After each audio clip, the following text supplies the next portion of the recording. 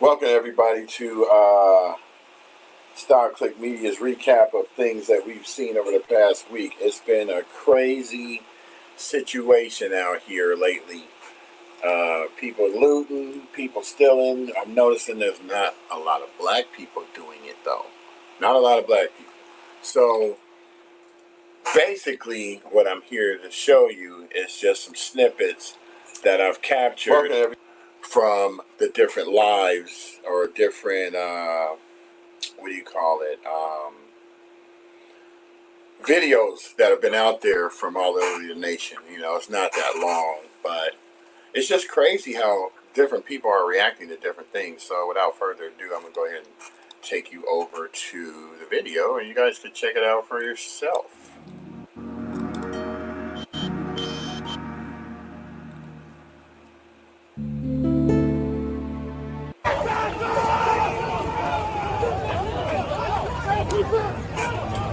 That's all I got. Whoa, fuck.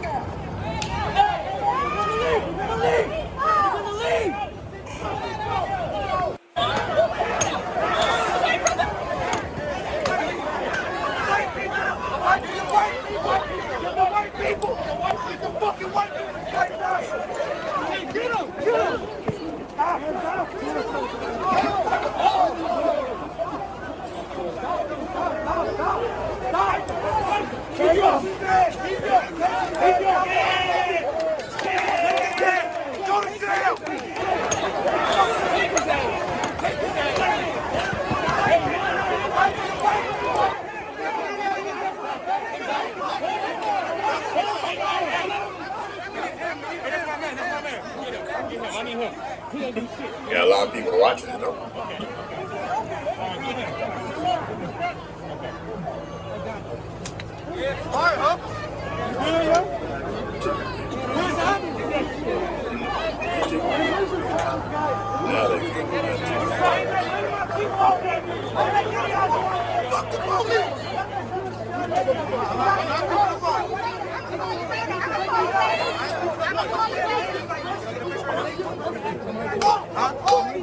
That's what I'm saying. I'm trying to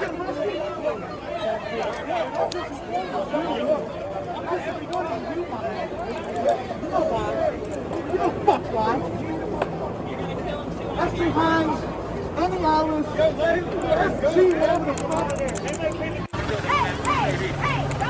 See then, look. I want you to know this is not. Don't police people's way of Let me tell you this. themselves. This is not a black woman who's put in Black Lives Matter. I just want you to know that when, right, but y'all doing that for us and we ain't asked you to do that. Listen, don't spray stuff out here when they gonna blame black people for this and black people didn't do it. There's a black person. But We did. if we wanted you to do it, we would have asked. They not gonna show y'all faces when they see that on their building. They gonna blame that on us. Y'all are part of the problem. News come on, they gonna say we did that. We didn't do that. Stuff like this ain't right. Stuff like this ain't right. That's what the problem is. We out here Facebook, standing together peacefully, protesting without Twitter, any problems. You got people of all races spraying on buildings talking about Black Lives Matter. That ain't even us. You got police officers coming to a peaceful protest spraying gas on us. We ain't even did nothing. Don't let the media fool you. When they see the vandalism on these places, know that it wasn't us. And when you see stuff like that, you're supposed to stand up and say something. Don't spray on these people's buildings. That's not our message. That's not helping nothing. And then putting it on us, and then want to argue with us and say somebody black asked you to spray. We don't need nobody to do nothing for us. That's why we out here doing it ourselves.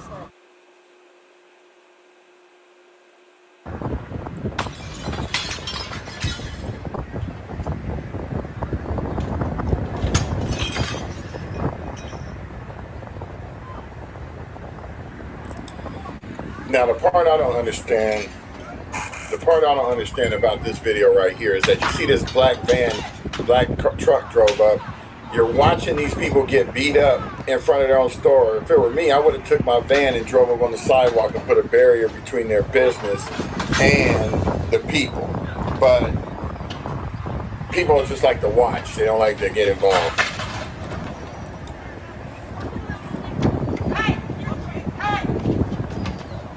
This guy was funny though. Hey, that's my wife. Where's my wife?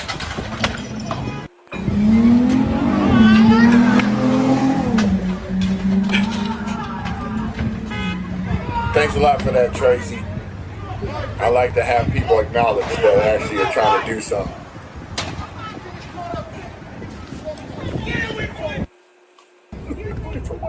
Bitch, don't give no group of black men no prick that don't do nothing. Alright? Push the fuck up.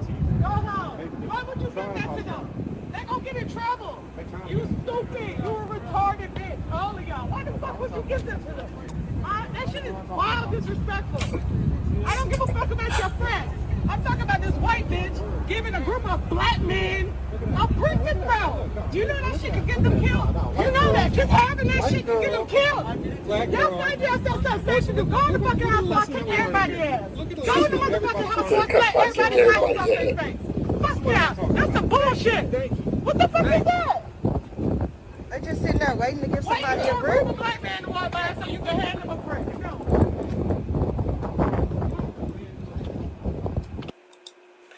You know, it's just really sad that people just do not know how to get along. They want to incite riots. They want to start stuff. They want to give you everything that they weren't supposed to give you. Or they want to do stuff for you that you didn't ask for them to do. So I got another one here from, I believe I have it. Let's see. Maybe I don't. Yes, I do. So I got another one from some live footage from Minneapolis from one of my clients that I do his show. He has a fatherhood show on Sunday morning. So I'm actually going to play you some footage from what he saw from his balcony window the day after George Floyd was murdered. So we're going to go to this footage, and this is Anthony Tunstall with ATP, and he's going to talk to you about what's going on outside his window. Yo, Mr. Visa 360 here in Minneapolis, Minnesota. As you can see, the protesters coming by my house. It's really crazy out here. They're tired of it. Officer Colvin got arrested today. That was good, but we ain't having it. Look at them. They're not having it. You can't excuse his behavior. The people are speaking. Look at that. President Trump, you better do something, man. You can't just be out here just killing people, making shit fine. What's up, Samuel? What's up, Baker? You know what I'm saying? It's going down. People are coming through. It is not a joke, man. It is not a joke. It is not a joke.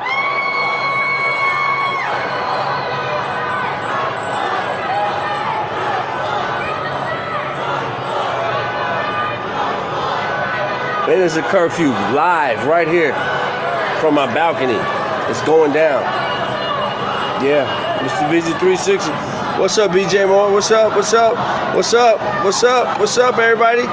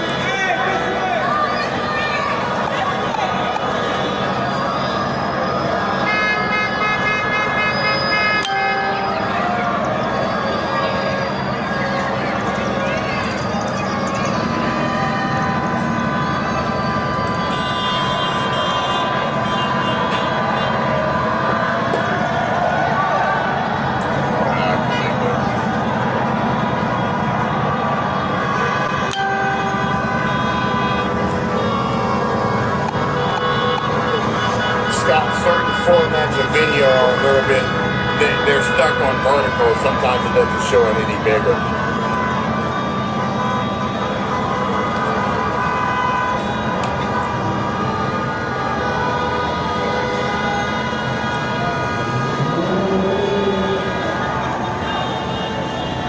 Look at the drone in the sky right there. Look at the drone. Look at the drone. Look at the drone. Look at everybody. The people are standing together. They're not accepting it no more. That's what y'all wanted. Y'all wanted people to raise up.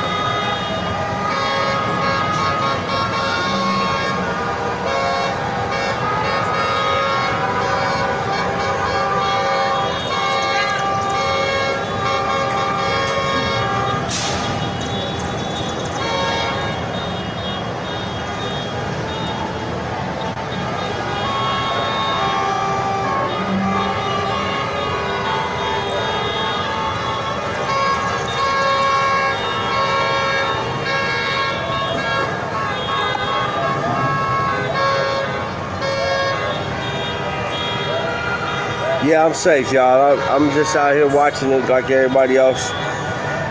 They're all over the city. They just happen to come by my crib this time.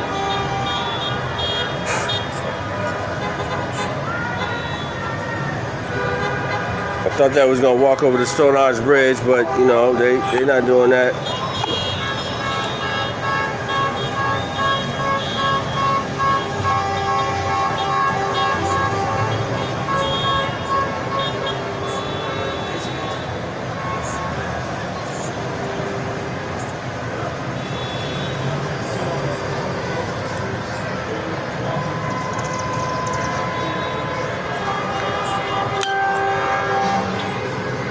Look at the neighbors.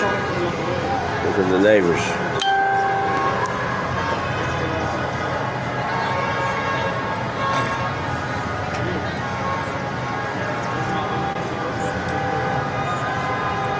So that was like the start of everything peaceful.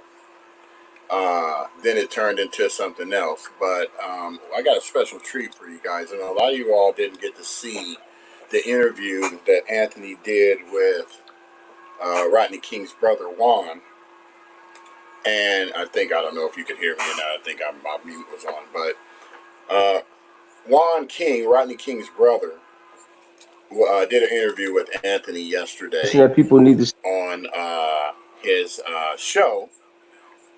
And what I'm going to do is I'm actually going to play that interview for you. So in case you didn't get a chance to see it, I will run it in its entirety. Now, it's about an hour and a half. But it's very pertinent information that you really need to hear, you know, in light of all of this. I mean, because it's all relevant. This is 28 years ago that this really happened.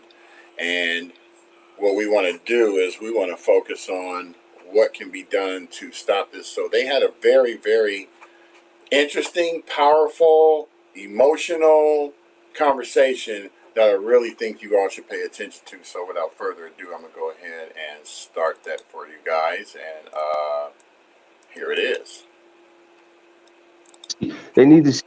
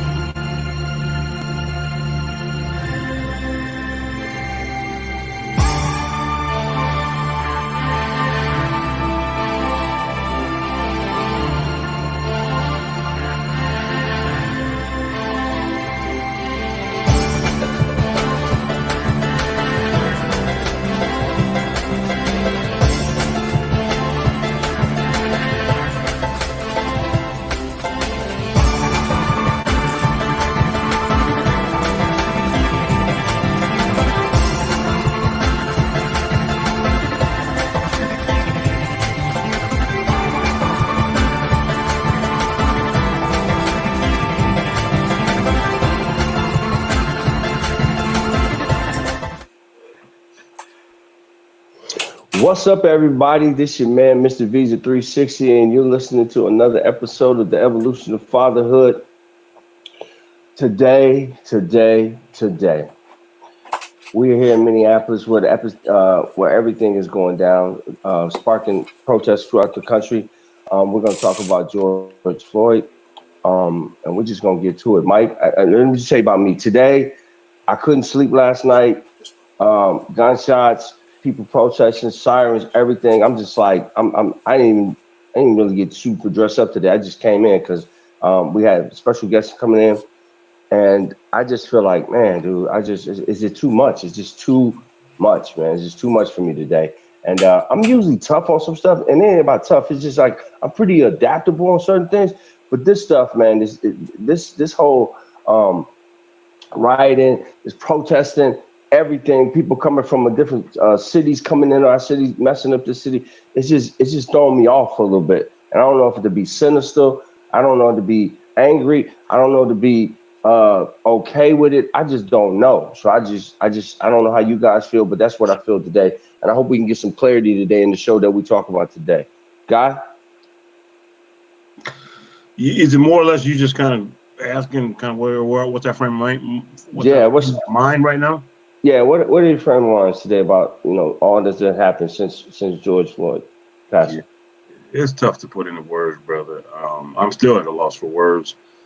I'm still in shock over what happened still managing and coping with the pandemic, number one. Still dealing with that, and right. People losing jobs, and people on furloughs, and people trying to protect themselves and their health, and people trying to manage and cope with all of that. That's the first thing. And then on top of that, and then providing obviously service to folks who need those resources even during this pandemic. But the other thing is I'm still in shock over the murder of George Floyd. I'm still in shock over that. I'm still grieving that. I'm still grappling and trying to process that. And then the aftermath that has happened since then in terms of the protests and then the riots and then the burning downs. I mean, just the chaos and disorder and just, I can't even begin to really even articulate how I'm feeling right now, other than somewhat numb, because, we've been here before in terms of black men, law enforcement and community relations with the police, right? We've been there, historically for a long time, long time, and just healing from a number of those different things in terms of what we're doing. And so for me, I'm just, still at a loss of words. But I think one of the things that's troubling the most these days is we're trying to protect ourselves and protect the businesses and our communities and our families and our women and our children and our folks, is that the infiltrators that are coming in and just really only adding to the chaos and confusion and complication and disorder, and now in some situations even death. And so for me, I'm still grappling with all of that, and I think that it's just tough. And for those that don't know who I am, my name is Guy Bowen, co-host here with the Evolution of Fatherhood,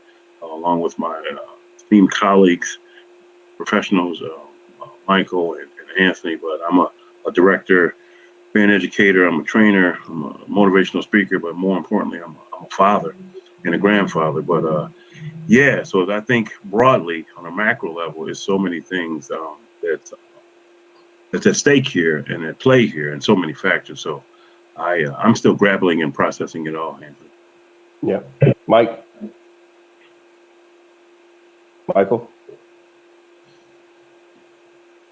Go ahead, Mike, if you can hear me. Go ahead in terms of what's your frame of mind these days, brother Mike? Pretty much what you was just saying, Guy, man. Very angry, saddened, sickened to literally watch this man die on screen, and then to look into the eyes of that officer. To me, when I looked at it, he was saying, "Now, what you gonna do about it, nigga?" And that's the message to me. And I mean, man, I'm with you, man. I'm lost for words. I'm angry. I'm sad. I'm frustrated. And this is one situation I'm not able to sit on the sidelines. It don't matter. I can't sit on the sidelines. because once again, when I watch their video, I'm a grown man. I'm not ashamed to say I cried to hear that man beg for his life being called for his mama. We all know when we call for mama, if a black man called for his mama, we know, man, it's trouble, brother. He calling for his mom, his protector. You see what I'm saying? He called for our mama because our mama was usually was the nurse. You know what I'm saying? And it hurt, man. You know what I'm saying? To watch that brother, man, call for his mama, man, to watch him die. I watched him die. It was hard for me to watch the video, but I watched him die. And I watched that man looking at coming around. Now what you gonna do about it? Murder. So I'm with you, guy. I'm numb. I'm angry. I'm sad. I'm hurt. Yeah. And, man, Yeah. we got we can't let this roll over, man. I can't let it roll over my spirit. I can't. Yeah. Yeah. And civil unrest it seems like it's gonna be the only way. And Yeah. I don't necessarily agree with everything that's happening, but I do. Yeah. I understand. I get it, man. I'm tired, man. Sick and tired of being sick and tired, brother. It's deep what you said, Mike, because his mother actually passed away 2 years ago. I just think that in the lieu of everything, man, I'm just like you said, my emotions is high, running high. Like you said, the agitators, you know what I'm saying? It's just so many different things going on. I want to take 9 seconds because that's how long he put his foot on his neck for 9 minutes. We'll just give 9 seconds of just silence for George Floyd for passing away in Minnesota, man.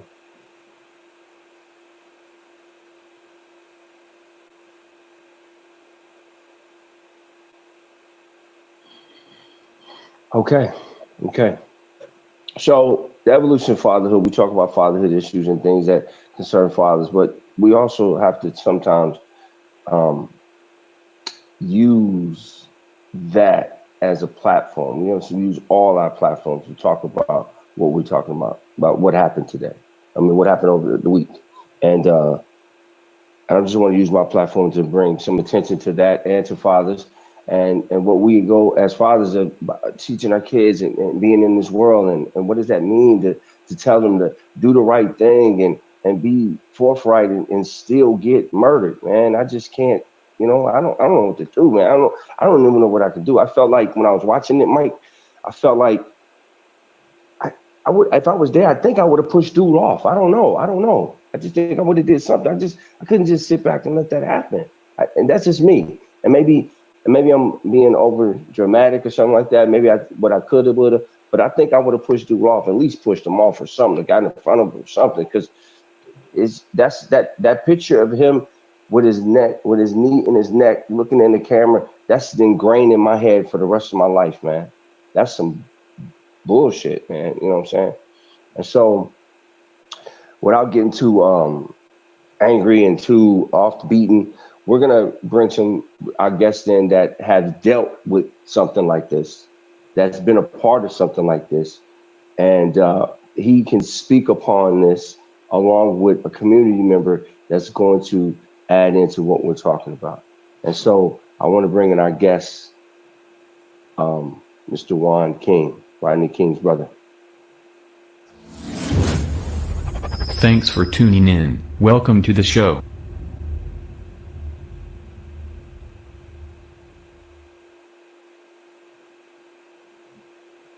Hello, Yeah, Mr. hello. Juan. How's everybody doing? How you guys doing, man? Excuse me, man. I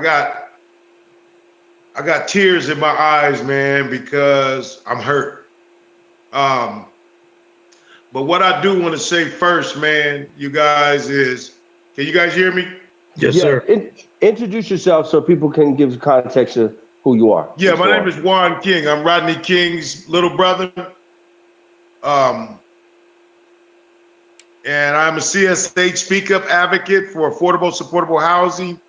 I'm a stable staff at the Los Angeles Regional Food Bank, where we distribute donated food out to the various organizations throughout the community. I live in Palmdale, I own a home. And, my life's pretty much been cool up until this incident, man.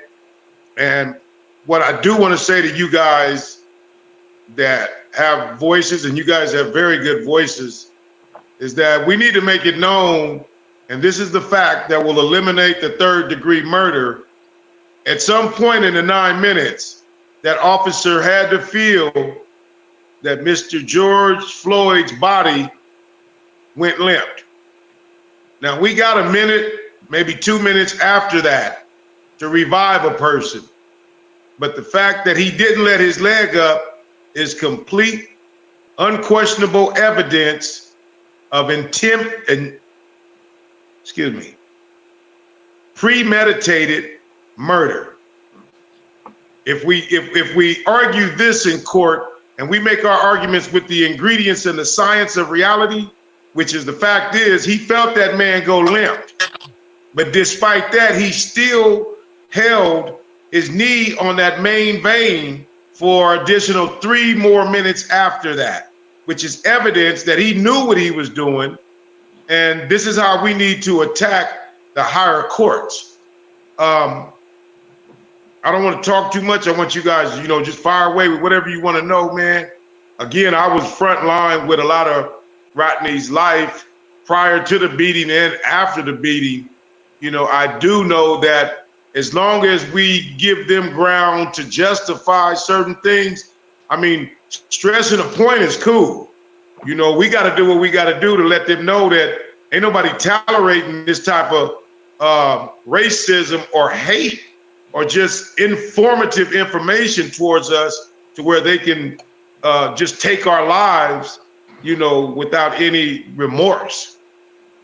But you guys go ahead and ask me whatever questions you like. I want to start by saying, just like I told somebody, I don't think that guy, Officer Cavan, woke up that morning thinking that he would be the catalyst of changing the world right now.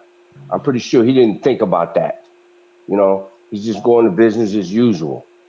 And so when we see that, I go back to, it did make me think about Rodney King in the sense of like, man, tell us if you want to, how did all that play out for you when you heard the same information George Floyd's family got about Rodney? What was you at? What was going on? What did you think when it happened? And, what was the process of going through that? Well, to be honest, guys, I was kind of in tune with my community at that time. And yeah, we were, trying to establish as a people, let's say people of color, we were just trying to push for a greater depth of freedom and opportunity. And, while doing that, we experienced a lot of, competitiveness, which brings in hate.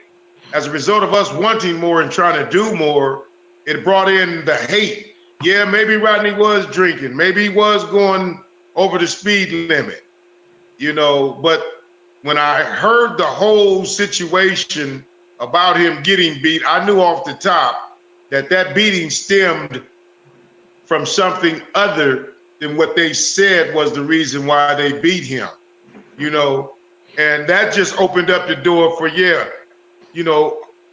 our way of thinking as far as prejudice goes. We as people of color, we have to make them adjustments for them, because in their mind, they feel like they got to compete, and by all means necessary, they go every chance that they get, eliminate someone of color if they're having that bad spirit that day. Now, we may, you know what I'm saying? I totally understand. It's basically the hate is what steers up first. Because again, Rodney was pretty successful at the time. He had just got out of the institution, reestablished his life in, I think it was general maintenance, had bought him a car and was on the road to doing good and recovering when he had a relapse, was drinking, hanging out with some friends, and then the officers on a back street pulled him over, seeing he wasn't totally in his right mind, and being that he was black, they beat the shit out of him. And I know it stemmed from other things as well, but it happened to him and we experienced it. And man, I was toe up for a while. They had to put me in what's called a isolation, solitude confinement for a while, because they see my behavior was not consistent at that time where I was at with the rules. Okay. So that just goes to tell how much it messed me up, you know. Did nothing matter at that point. It was like whatever, you know. But again, I will say that we don't need to adopt that attitude. Right. We need to target this situation right here Right. in the professional manner, but utilizing the facts. You know, at some point, you know, Rodney went numb too. He went out. And then they put the Ziploc bag. I think he told me, if I'm not mistaken, that they put him in a Ziploc bag and zipped it up. And he unzipped it and let him know he wasn't dead. Wow. Wow. Anybody else want to, Guy, Mike, Mike, you want to say? Guy? Yeah. Mike? Mike, do you have a question for him? If you can hear us, did you have a question, Mike? Yeah, I appreciate you being on here, Mr. King. I was thinking when you just said something that I think was really important for a lot of viewers to recognize. When you said when that happened, it tore you up. And so what I get from that is mentally, what you're saying. Mentally, for you, you went to somewhere else, a dark place. Could you talk about a little bit more of mentally and psychologically what that meant for you when you heard about your brother getting hurt and what they had to do for you to put you in isolation? For some people, they might not have that isolation to go to, and so they have other avenues, which might push them to drugs, alcohol, abuse, rioting, or what have you. Can you talk about that mental piece of what it did to you when you just heard about it? That's your brother. You see what I'm saying? That's your brother. And Florida's our brother, and King was our brother. I just want you to talk a little bit about that, the mental piece. Yeah, you know, mentally, it's hard to explain. You know, the Bible said the heart is treacherous, who could know it? But that same principle applies for when you deeply are attached to someone. That's why the system created what's called crimes of passion, momentarily insanity, you know, because that's what takes place, because your emotions is coinciding with the incident that happened, sympathizing for, you know, that lost loved one, as well as just a numerous amount of neglect on their behalf, which gives a sense of hopelessness. So at that point, we lose all senses, man, all ability to reason correctly. I mean, some people have more patience than others, but we're talking about a situation where technically, you know, we're trained to defend and look after our brother. Am I my brother's keeper? Yeah, I'm my brother's keeper. And when something like this happens from an authority figure, from a powerful person that we really know we're not supposed to challenge, you know, unless it's presented in a way where we have no other alternative. So I lost it. At that point, I'm like, you know what? It's whatever. I'm not thinking, and I didn't care that I wasn't thinking. I just needed to ventilate. I needed to let off some steam. Am I my brother's keeper? Yeah, I'm my brother's keeper. Some doubt towards faith in a government that are allowing these agencies to employ people who has that much negligence towards the Constitution.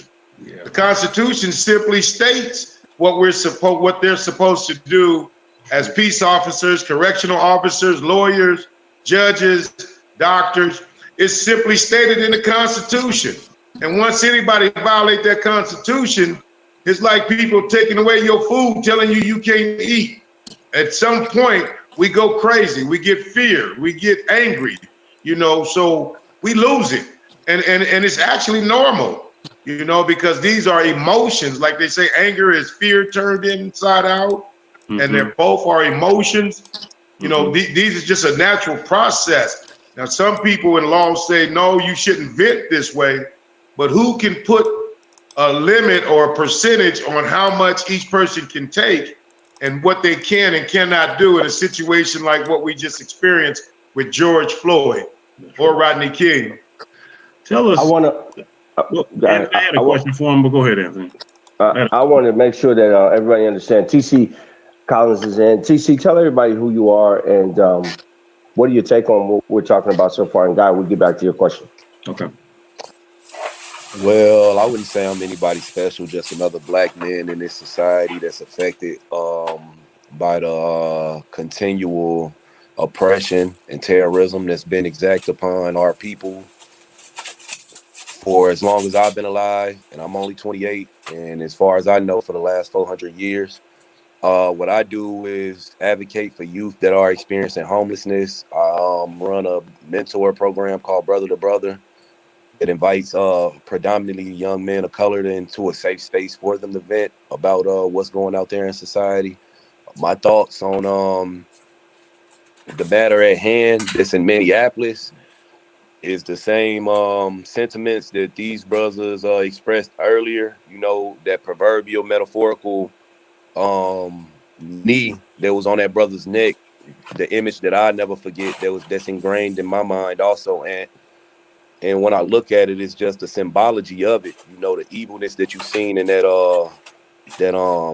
white man's eyes, you know, and what that represents to us as a community. And just seeing how comfortable he was on that man's neck as he was defenseless and crying out to his mama, or asking for his mother. And I didn't know that his mother had passed away 2 years ago. But I felt that fear that was in that brother. You know what I'm saying? You could feel that fear as he's approaching that last breath and who he's calling for. And and you know it hurts. You know it hurts. Earlier this week, you know, I was having emotions. I was crying, you know, angry. Didn't know how to regulate my emotions. And I am somebody that prides itself on being able to stay level-headed. The more that it goes on, like the more after the fact, the aftermath is having me kind of be settled in and more to get more strategic in my thinking and methodical in my thinking, like I am, and not being overly emotional just because I want to express it's not just one isolated incident. And that's what I'm tired of hearing, that Rodney King wasn't just one isolated incident. This is something that goes on in the community on a day-to-day basis. And it's important that we have cameras that catch what's going on, because it needs to be sparked. It needs to be an outrage. I seen a comment on here that said this shouldn't be a race issue. And I don't know if that person is black or not, but don't sit there and act like it's not an agenda that is out there to eradicate what we stand for. And what I mean we is the righteous people of this black community, the people who do care about the culture. You know, it's a plan out there to eradicate us. It is an agenda. So to you, it's not a race issue, but to us, to me, it's a race issue, and it's bigger than just a race issue. It's the powers that be against the people at the low, at the bottom, the people at the in the bottom of the low socioeconomic pool, and where that is always predominantly black and brown people. So that, not to go off on a tangent, that's my mind frame looking from my lens at all this. No, that's good because your shirt says it all. Black equals threat. So that's exactly what that is. You know what I'm No. saying? So what it says is black doesn't equal threat. Okay. Doesn't Black equal doesn't threat. equal threat. Because Okay. when they do see us, that's what they see. You know, as a man who's 6'4", 6'5", I understand my frame. I understand the presence that I bring in certain environments. So I got to be extra cognizant. So I wore this shirt to express, yeah, they see me as a threat regardless. They see me as a threat regardless. If people didn't know what I do on a day-to-day basis for my community and the things the positive outcomes and energy that I'm trying to put out, if I'm walking around quiet into myself, I see the looks that I get.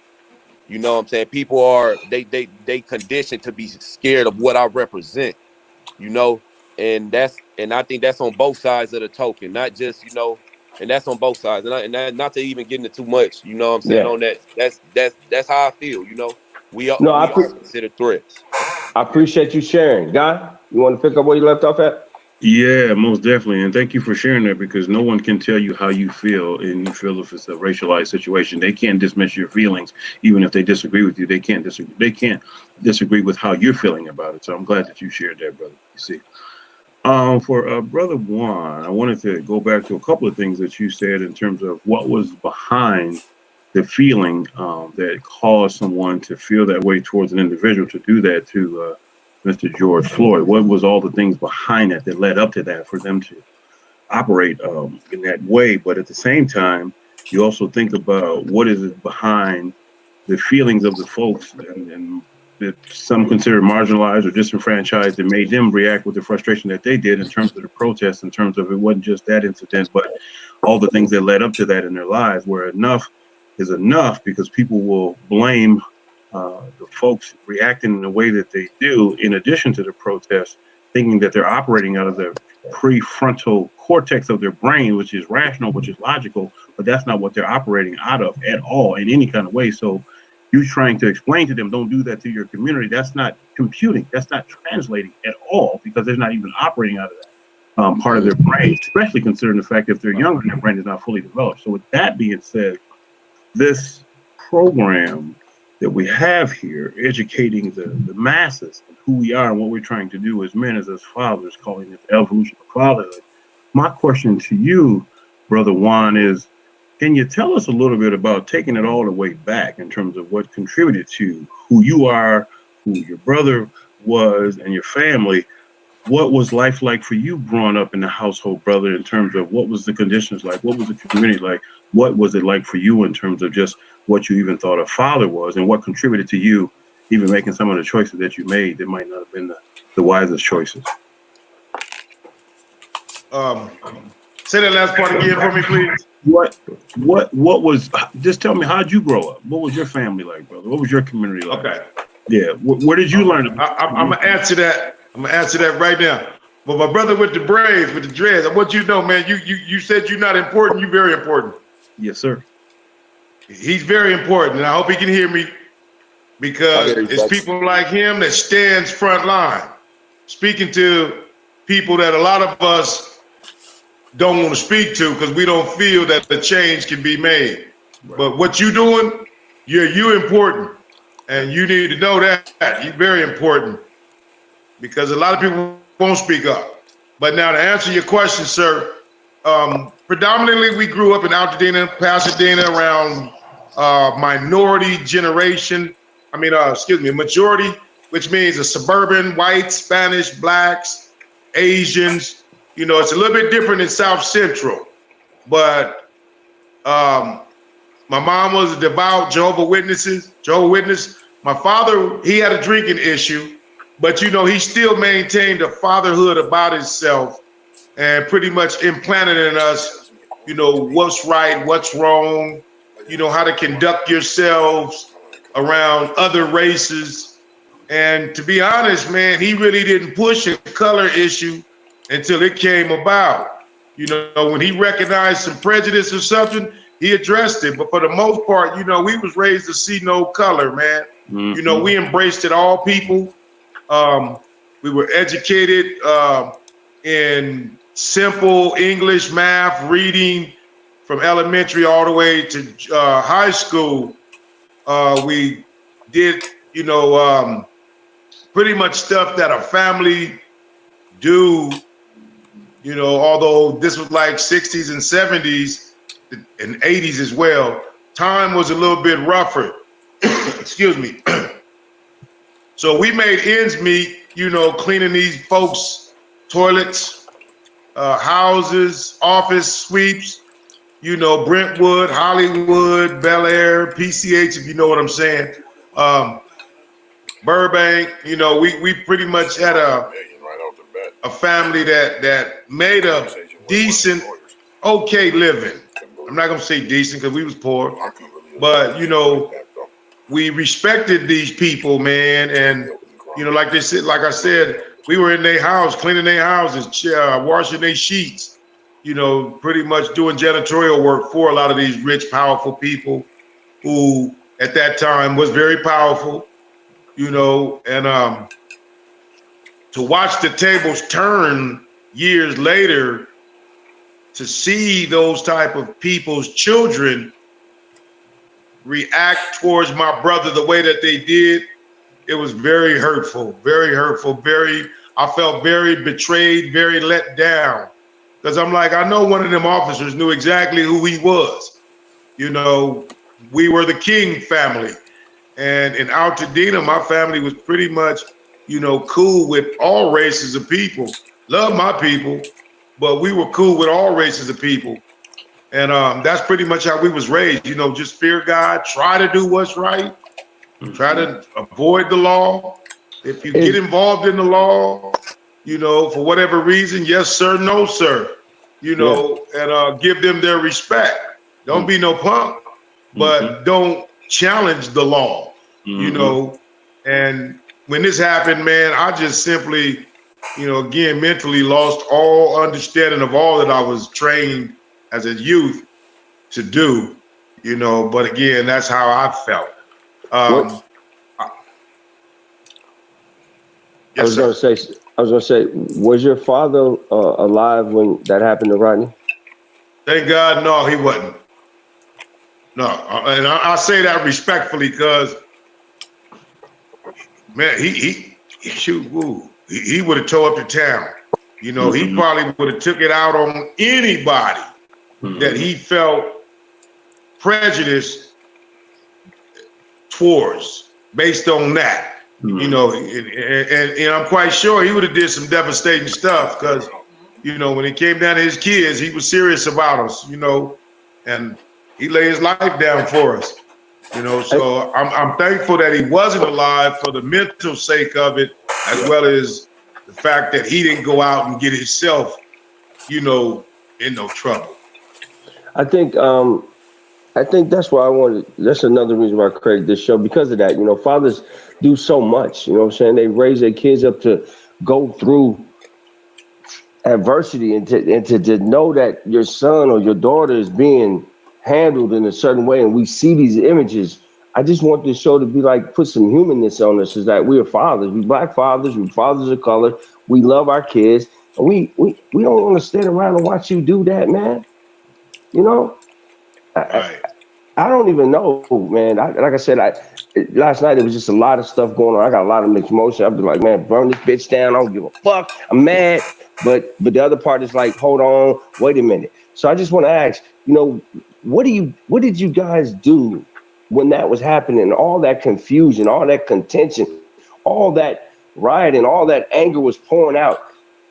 How did you not say, it's okay to do this, man? We feel vengeful. We have a right to do that because of what happened to us. You asked me that question? Anybody? Yeah, anybody. Okay. Yeah. I'm sorry. What helped me to maintain somewhat a little bit was the fact that I knew that at the time, predominantly there was a race of people, and we all know who they were. We can identify with them once we're in their company. You know, those people was employing, piggybacking, manipulating, utilizing other people against our people. Now, they did it so smoothly that it wasn't on camera, but there was effects. There was effects of things happening. We had delay in getting jobs. We had the 3-strike scheme law come out. We had the drugs, which they in some point planted it on us. They had tossed down guns back in the day. If you was close to a dirty weapon that they threw down, that case was yours. We had welfare, Social Security, unemployment. These elements was denied us according to the due process. There's a due process. And the system was just filthy, corrupt. Even administrative people, city and state, was manipulated by this wicked force to hurt our people and to hurt people of color. And they did this in attempt to eliminate some of us, either in institutions, death, drugs, violence, manipulation. Whitney Houston said it real good, mass confusion. And we couldn't speak on it. We couldn't speak out. There wasn't really nothing we can say. So eventually, when Rodney's situation hit the TV screen, that was our voice. And we used that situation as, and it was our voice. But unfortunately, I told him in an interview, you guys just do the right thing. They wouldn't. They acquitted the officers, and within 24, 48 hours, LA was on fire. So I was happy, forgive me for saying it, to see another tactic of pushing the point to them. Yeah. So that helped me to kind of digest some of it. But you know what? I can't really tell you how to feel, man, to be honest, because I don't know how to feel right now. Right. You know, Right. I'm just trying to utilize the past as a means to hope that someone higher up, but lower than God, will take action to make sure that that man is sentenced to the maximum, and that every community that is damaged is replaced, and that people can get what it is that they got coming, plus a little bit extra, so things can go back to normal. Mm-hmm. And with that being said, now that you've been through that, you've seen it. What are you seeing now in Minneapolis and across the country that you can sit back and, as your experience, and say, "Oh, I see this is not what it is. Oh, I see this is being distorted." What are you seeing that you're watching and going, "Nah, that don't sound right. That don't look right"? What are you seeing different back then that you see now that you can use your experience to tell people that's watching this and saying, "Hey, they're rioting. What are they doing? They're burning up their stuff." You know, what do you see? We're seeing agitators come in. Talk about all of that. Talk about what do you see now, being the expert of being through one and now seeing it play by play. What do you think we should do, and what do you think we should be watching out for? Well, I'm gonna tell you what I'm seeing first and foremost. I see a bunch of white people, Spanish. I see a whole lot of other people this time out there involved, because they understand exactly what we understand. Some of them didn't even believe that this type of stuff happens. What we need to watch out for is hate in general. We need to send a message to whoever needs to know that hate right now, 2020, it ain't cool, because their own people is in fear now for their life. They don't know what individual of any race now, as a result of that, is going to try to use them as a retaliation, you know? And us personally, you know, this is something, you guys, that's probably never going to go away until God comes, but we can get an upper hand on it in terms of how they go about doing it. They're going to be a little bit more cautious. They're going to be a little bit more less aggressive to impose a disposition on someone because of what they were informed or what they may think they know about a person. They're going to do a lot of more research prior to just, okay, he had dirty money, he tried to break down the system, he invaded our white territory, you know, or whatever race. You know, they're going to think twice. They're going to pretty much do the right thing, hopefully now, because like I just said, it's been more people of different ethnic groups involved in this than in my brother's incident, which means as time has lapsed, more and more people is becoming aware of the abuse of authority in certain places. So, you know, we just got to keep on keeping on and always have our activists and our people that speaks up, you know, with professional education, dialect, intellect, continuously approach these Supreme Courts, appellate courts, superior courts, and any other attorney, district attorney. You know, they need to constantly be in their ear and reminding them, you know, these are the repercussions for administrative and authoritative negligence. And so, you know, it's just so many angles to approach it. We just got to come up with a valuable approach that will close the door on everything, you know, except for them to listen to what we're saying. If that makes sense, hopefully it does. Yes, TC, go ahead. Next. TC? You can go ahead, TC. Yeah. Go ahead. Go ahead. I wanna piggyback off of what brother King said. as far as can you hear me? Yes. Yeah, we can hear you. Can you hear me? I can. Yeah. Yes. Can y'all hear me? Yeah. Yes. Yeah. Okay, yeah. So what I wanted to say as far as adding to what Brother King said about it being more people out there in the streets now than that back then, what immediately popped into my head was the social media, the social media platforms. You know what I'm saying? Being able to expose these evil people, expose evil racists, and hold people accountable that we have appointed positions that they supposed to be guiding and protecting or making the policies that's upholding the righteousness that's supposed to be up in these communities that they've committed to serve. Right. Okay. I You know, want to piggyback on what TC just So said. Hold on. Go ahead. it's more than just people out there on the account of George Floyd's death. As I said earlier, now like we got people who actually want to see the government. We have been being shown in the news, and let's say the news is like feeding us false information, and you can go to the excuse me.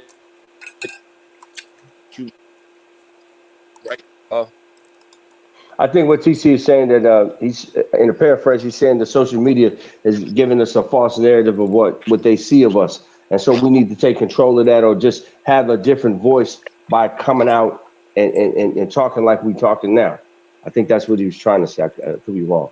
And so, with that being said, Guy or Mike, anyone want to ask Mr. King or Phil a follow-up question? Anything?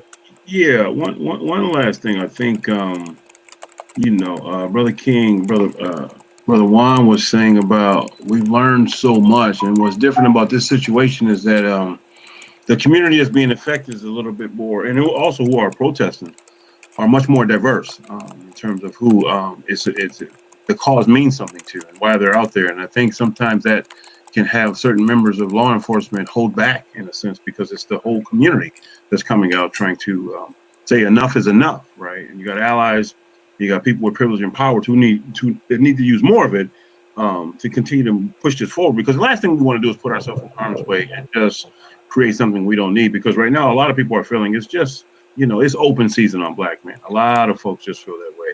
And we know it's systemic. We know that for certain, based on all the things that Brother King talked about in terms of what led up to that, as far as all the disparities, just the structural pieces that are going on in terms of why we're continuing to be affected by it. But my question to Brother King is that one of the things that's most troubling to me is all of the accelerationist folks that are coming in and taking advantage of the situation and trying to exploit it for political gain, or even trying to create and spark a race war in a sense to really you got folks who are it's just part of what their motivation is or their mission is to come and disrupt things like that and create more chaos and disorder within in a different way than I've ever seen. Particularly, it almost seems like it's sanctioned from powerful people in politics saying it's okay. And so you got this division, but you got people who are coming in and disrupting those things intentionally and creating problems.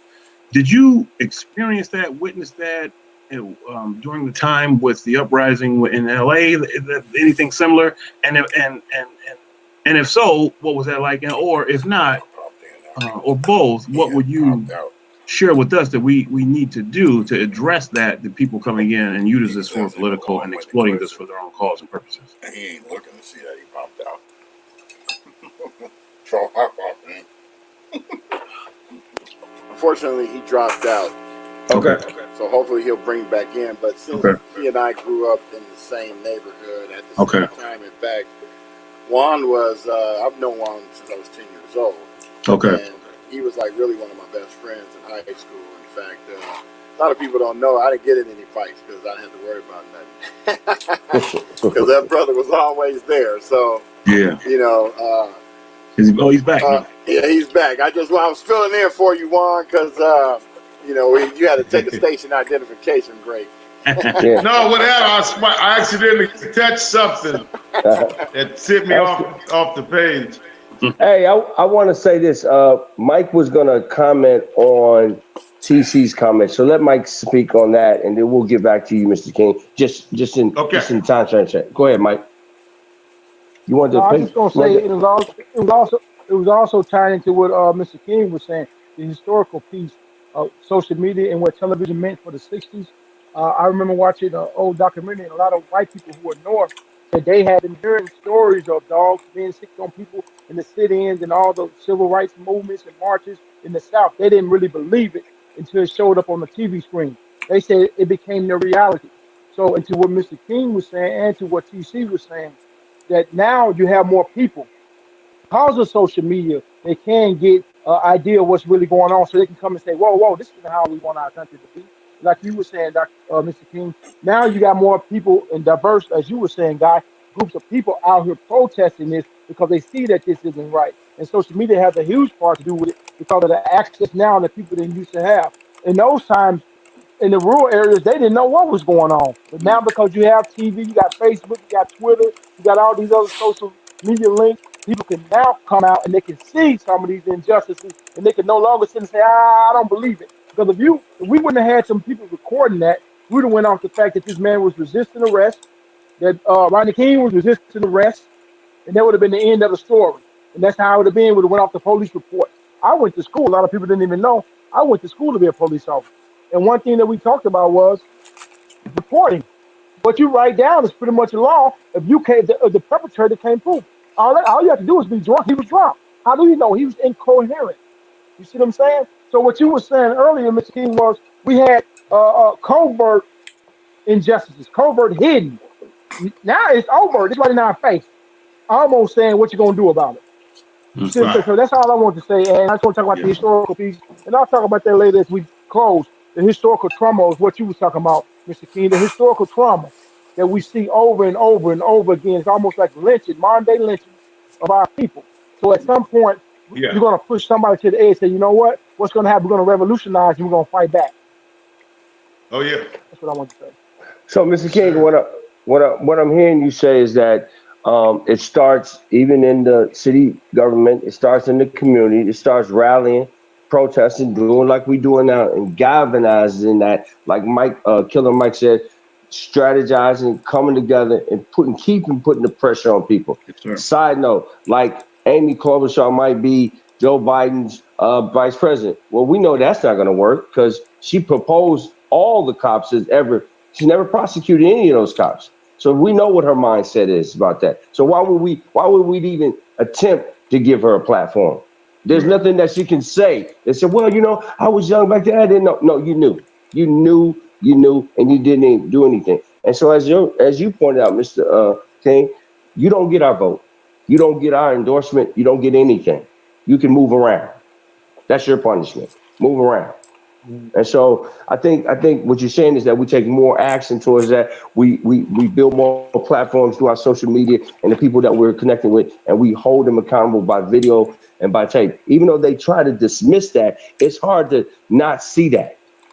When they play that tape in the courtroom, because I believe he's so arrogant that he's gonna be like, I'm gonna take a trial. Like he's not gonna get in trouble.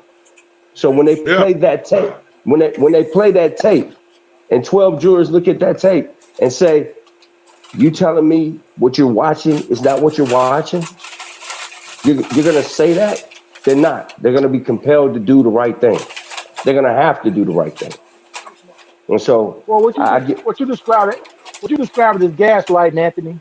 That's what number 45 does a lot. It tells you that what you're actually seeing isn't really real. So listen to what I'm saying to you. What you're really seeing isn't real. He wasn't really necessarily leaning on him. He wasn't putting pressure. That's what gaslighting is. That's the classic definition of what gaslighting is.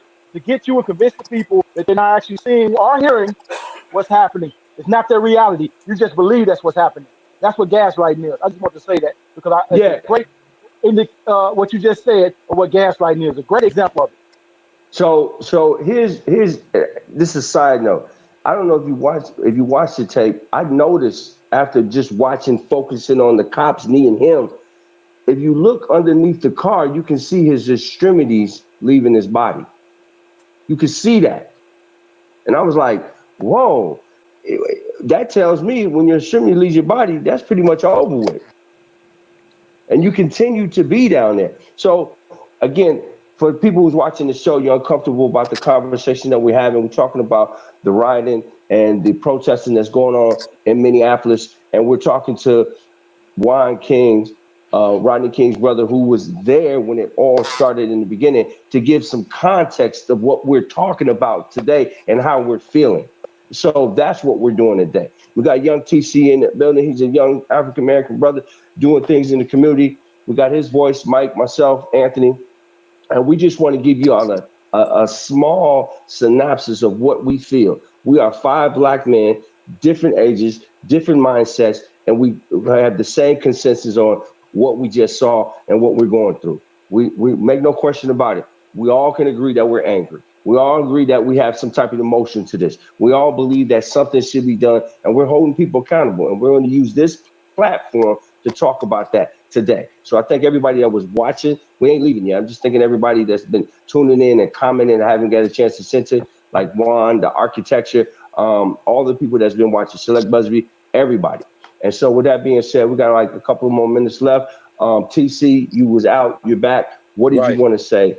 See, what I did just come back in and hear was about the case. If a case does make it to trial and about the 12, I don't have no faith in this. I don't have no faith in this this justice system, because they just doing what they was honestly created to do, you know, which is control the which is not protect and serve the people that are being controlled. You know what I'm saying? They more for the benefit of the elite class, MPD, or I don't know what they training their officers, but I know it's been out there that the guy that had his knee on brother Floyd's neck has a history with being violent towards the people of color in the community, and not just him, but I think Tow's the guy that was controlling the crowd. They had 3 people on this. They had 3 people on this brother. You know what I'm saying? So it's like you don't need to see more video than that. You don't you don't even need the video evidence. You know, but they will take it to trial, and I don't have no faith that they'll send this man to prison for life like he should be. Honestly, get the death penalty. You know, a life for a life. But that'll be me. You know, acting off emotion and really hoping that this world was perfect. You know, for everybody that they take from us, it should. But I'm not gonna get into that. I don't have no faith in this system to actually serve us the justice that we should be served. You know, that's the reason that they getting these riots out in the streets. You know, this is just the tipping point to what you know, the communities have had to endure by the people that's not just the cops, but who the cops serve. You know, the people that's above them. You know, they, like I said, they just doing nothing but carrying out an agenda. And until we able to mobilize, organize, and really strategize a definite way to fight back and cut the head off the snake, then we'll continue having these conversations and, you know, coming here. But what it is, I do like the global outrage that this has you know, sparked. You know, different states, like back in Mississippi where I have moved from up here, they, you know, calling me like, man, I didn't know it was like that in Minnesota. And, you know, they under the impression that Minnesota is nothing but filled with white people and that it's a progressive state. And when I go back and I tell them, like, man, the stuff that I had to face up in Minnesota is it's like a whole culture shock compared to what I had to endure up in Mississippi. You know, you have to learn how to really maneuver and be strategic in your manner with your blackness up here in Minnesota. You know what I'm saying? And I didn't have to encounter that until I moved up here. If that just putting that out there. That's all I wanted to you know, say. All right, before we wrap up, hey, Guy, you want to give your last 2 minutes, and then I want to end with Mr. King, and then Mike, you can do the assessment of what you said about what you wanted to do about this. So, Guy first.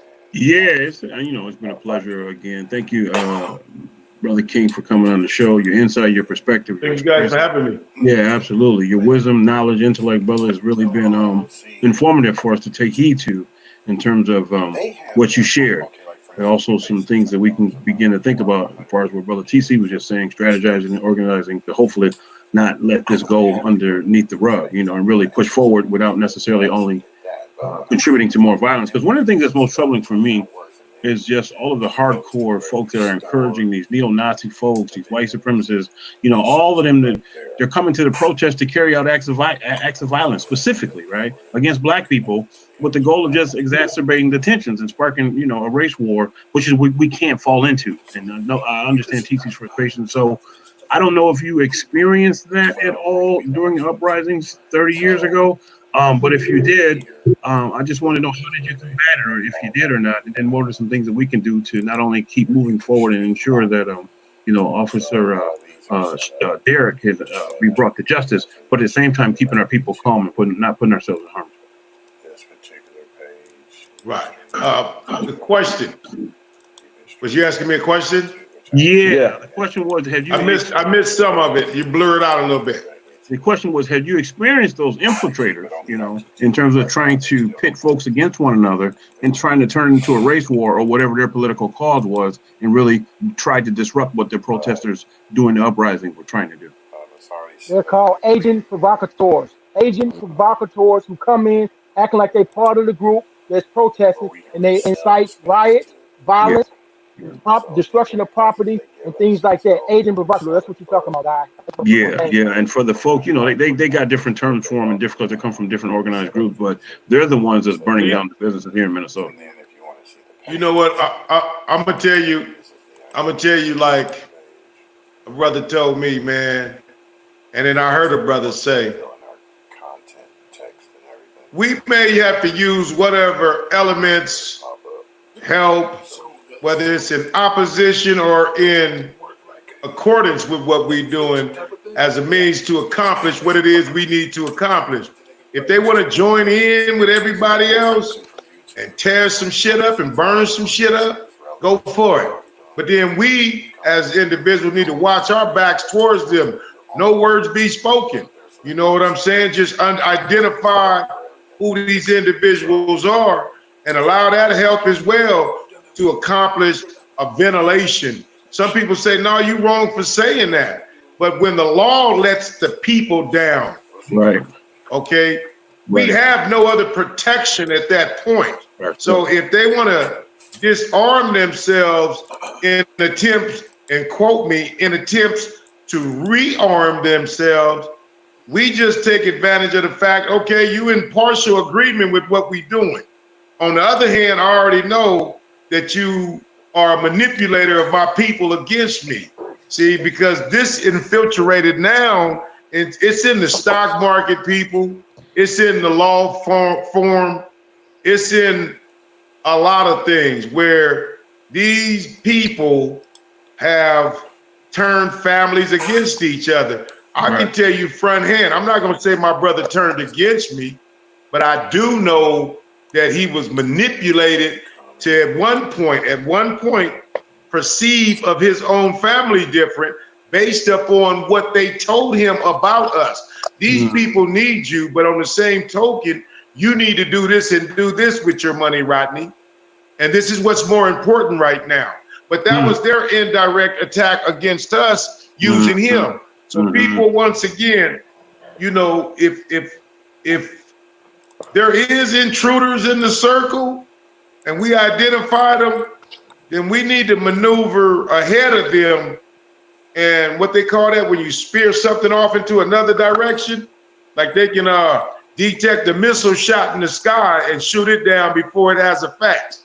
Right. That's the same principle with these imposters that joins the crowd and fake as if they're in, you know, total agreement for change, but they're really causing chaos. You know, we got to use what we got to use. But I think at this point, and this is why some things keep reoccurring, because some of these people in high places know about this already. Right. And they figure, okay, this is another way of calming this down. But no, at some point we do need to calm down, regain our senses, fall back and see what they're going to do. But we need to constantly keep our foot on their neck in doing right, like that officer did George Floyd. So, Mike, you get the last word. You want to assess this? You want to talk about the part that you do that you wanted to, guys? Could you explain that to Mike? Mike, can you hear me, Mike? I can hear Anthony too. Okay, Okay. go ahead, Mike. Yeah, man, all I want to add to this was, man, as from a therapeutic perspective, we're dealing with a lot of historical stuff, man, that started a long time ago, before even Brother Rodney King, man. And as someone said, it's just being recorded now. That's the only thing. It's all being put on tape, on social media, where we all can see it's been happening. It's been happening for a long time. And I just would say, at the end of the day, even after all of this happens, we still going to be a lot of healing that needs to take place. So to anybody who's watching, uh, self-care, take care of yourself, man. Keep yourself healthy. You know what I'm saying? Stay safe, because we do have people out there looking to hurt us. And it's a lot of trauma we're dealing with, y'all. Now I'm going to take off that hat for a minute. I'm going to go to a father, to who I am, to the hood, black dude that I am, raised in the dirty South. Do what you have to do, man, to keep yourself safe. That's There right. is an attack. It's a word called race. There's only really one race, y'all, and that's the human race. But right now, the power structures have designed something that's called race. And if anybody knows what a race is, you look up the definition. It's a competition. They put themselves in a position of power to win. We need to unite, get ourselves together, like my brother just said. We need to get our money together. We need to be strategic and tactical in what we're doing. Us trying to promote and do it with violence, unfortunately, ain't gonna work for us, because they have everybody else working with them. They got all the guns, they got all the power structures to hurt us. We have to do it a different way. We have to be strategic. We got to be smart about it. You see what I'm saying? I'm a father. My son was out there last night. I didn't get no sleep. Real talk. But you know what? He's 22 years old. And as a father, I did not discourage him. I told him I was actually proud of him, because when I first asked him, I asked him right away. I said, hey, man, why are you going down there? And he said, Dad, we can't sit around no more. We can't take it no more. And so you know what? I said, you know what, man? This is what you do. I gave him a power plan. I told him what to do. If you feel unsafe, if you get cornered by some white men and they got badges, you get down to you naked, because they might kill you. I said, get in your drawers, man, and you come out with your hands up. I said, if some white men look like they have to hurt you, you run. I said, ain't no time to be tough, boy. I need you to run. I need you to haul ass, because you're going to make it home. And I seen him this morning. I got up early this morning, and I went to check on him, because I love him. They're attacking us. Ain't no way to play around this. I ain't gonna sugarcoat it. Yeah, it's hurt, it's trauma, and it needs some healing, and we're gonna have to heal after this. But at the end of the day, we're hurting. People are tired, man. I'm tired. Man, you know how mad I am? Dude, I had to, man, I took off work. When I looked and seen this brother die, I seen me, I seen my uncle, I seen my friend, I seen my brother. And I seen a man look right into the camera. Somebody said earlier, let's not make this a race thing. That man was out for blood. I have to humbly disagree, brother. That man was out to hurt somebody that didn't look like him, because he did what he did, and he watched him die and kept his knee on his neck 3 minutes after the man passed out. That is murder. And unfortunately, with TC, I don't trust the judicial system to bring him to justice. So you know what? I don't necessarily agree with Bernie, but man, I'm gonna keep my thoughts to myself on that one. I don't want to keep my job. But we gotta do what we gotta do. Outside of We gotta this, keep fighting. Go ahead, TC. Go ahead. We outside of go. this, No. We're gonna keep going. We're gonna keep going. Keep whatever you feel all like. I We gotta keep say going. is, after everything is burned up, black people need to put their money where their mouth is, support black businesses, get these GoFundMe started, put money back into our community so we can be the ones owning everything that's in that community. If they really down. If they really down for the culture, you're not just gonna sit around, okay, if these people coming in burning black businesses, we got us. Villages. We gonna put the money and rebuild that black business. Like I said, it gotta be strategic. We gotta be able to get back, pull our money together, and start putting our money where our mouth is. If we ain't gonna take the violent route, which is laying down arms for your brother. Because like you said earlier, I wouldn't have stood right there. One of them cops would have got up. And I know that's not a mentality that everybody gonna take on. I know that's not. And I'm not telling everybody take on that. I'm not telling everybody to take on that. But when it's important to you and you care enough, it's gonna have to be changed. We ain't going backwards. It ain't gonna ever be the same after this, because it wasn't good for us when it was the same anyway. So when we moving forward, how do we progress us? Hold on for a minute, Mr. TC. Hold on for 1 second, Mike. Henry Box Boom. We trying to answer questions, man. I hear you. What we're gonna do is we're gonna get all you guys' questions, and we're gonna do a recap of question and answers of next show, and we're gonna talk to you then. Go ahead, Mike. I want to say what TC is saying. I totally agree, man. Unfortunately, man, it can't be no peace, bro. We Oh, it have can't. sat It around, we have can't. marched, we have done all things we're supposed to do. That's why somebody asked me, so people are burning down their stuff. I said, ain't even their stuff. First of all, let's be clear. It's really not their stuff. You know what I'm saying? Let's be real. It's not their stuff. But They are killing us, new man. insight. What How I much do do is we I have to take, remember man? listening for 10 Seriously, years though. How much do we have to take? I not can sit getting in this notifications house in my nice, comfortable setting, or I can get updated my ass tracking up and do across something. my I'm tired of notification talking, man. I seen too and many of my friends and my son out there. I said, man, we gotta do something, man. seeing It's other hard. It's websites. hard to be this And then restraint, y'all. You see what I'm the saying? It's hard to instigation be of this restraint ignorance and when you social watch a propaganda cold blood about murder, man. He murdered the this reason man in why this front of says us. I can't pretend like I $1,100 didn't see that. is because I can't, and I just Mm-hmm. had a the goddamn percent baby, man. configuration chatbot You see enabled what I'm saying? And so I'm like, man, how can I restrain myself for and continue to act like this right here deep inside of me ain't want to come out? I told my supervisor, I said, I got a beast inside of me. That might go. I tried to assassinate that Mike. I said, when I watched that man assassinate my brother, I think that might come back like, hey, bro, we can't go no more, man. We can't go. That dude is coming back. That angry black man, that's who I was. He coming back after I seen that video. I'm telling y'all, man, it reawakened something inside of me that was becoming dormant. I can no longer pretend, man. I well, can the no longer problem pretend like is this ain't those are happening no right because it's now too because real. He did it in front of us, y'all. They dared us to do something. special You see what I'm saying? I ain't even trying to incite no Mm, violence. I'm just telling mm, you, they dared us to do mm, something about it when they murdered that man in front of us. Looked in mm-hmm. the camera. He looked in the camera, man. Mm-hmm. Yeah. Looked in it. Like, what you gonna do? Yeah. I'm with Yeah. TC. I ain't throw a bottle, Yeah. kick, and I ain't knocking their little sister or little brother or the lady that was Not. there. I'm not. I'm Because not. No, everybody ain't got the no, same Not mentality. because you I'm saw me saying, man, there. yeah, it's hard And, to sit there and watch and it. Mike, Do and Mike, something. and Talk Mike, and something. this what Say yeah. it is. somebody. You ain't had to run it. You ain't had to run. We ain't had to throw nothing. You could have walked up. You could have walked up. Anything. You could have did anything to take that attention off. And that's why I say when it's important. I was just arguing with somebody earlier this week. They telling me that the girl is traumatized, and I'm like, I understand Yeah. sister traumatized. I'm not expect thank her for getting the video, but I guarantee you when it's important, and this is not to her. This is everybody that was out there that looked like me. That looked like me. So I'm gonna be moved and compelled enough to get moved. But that's the state of affairs that we gotta be on accord with each other. I gotta look and I gotta see you as a brother. That's right. First of all, So I gotta look it's at deeper you than as a that. brother. I got a question for Brother King, if he's still there. Is he still there? Yeah, Oh he's yeah, here. I'm still here, sir. Yeah. So I'm pretty sure all of us can feel the emotions of both TC and Brother Michael, professionals, but as men, as fathers. But my question is, and Anthony too, we felt exactly like Michael and TC are expressing right now when that happened to your brother. Most of the country felt that way. They were young black men at the time. I was in my early 20s. I felt exactly like TC and Yeah. Brother Mike is feeling right now.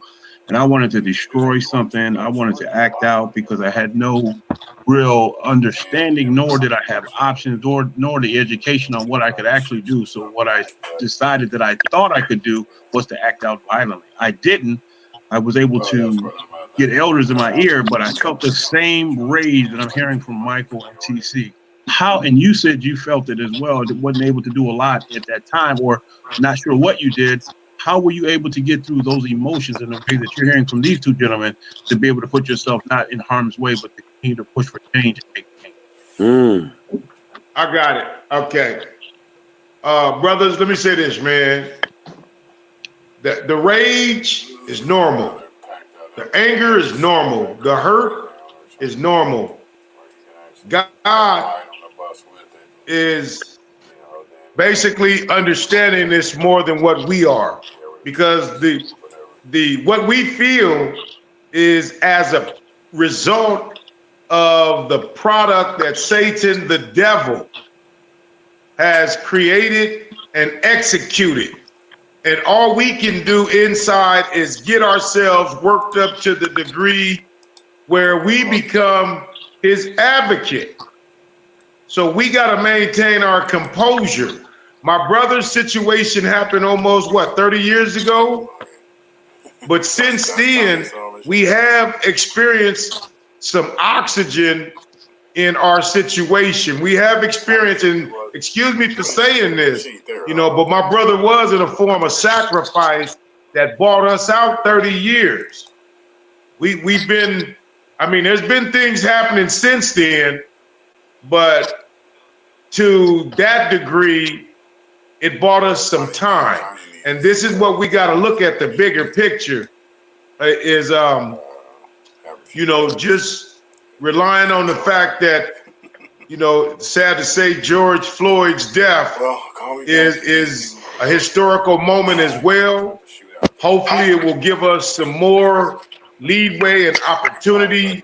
It will show the superiors, man, that, you know, we're not going to just sit back and tolerate this type of crime against us as a race, as people of color, or for this matter, anybody. We're not going to just stand for it. So this situation bought us some time.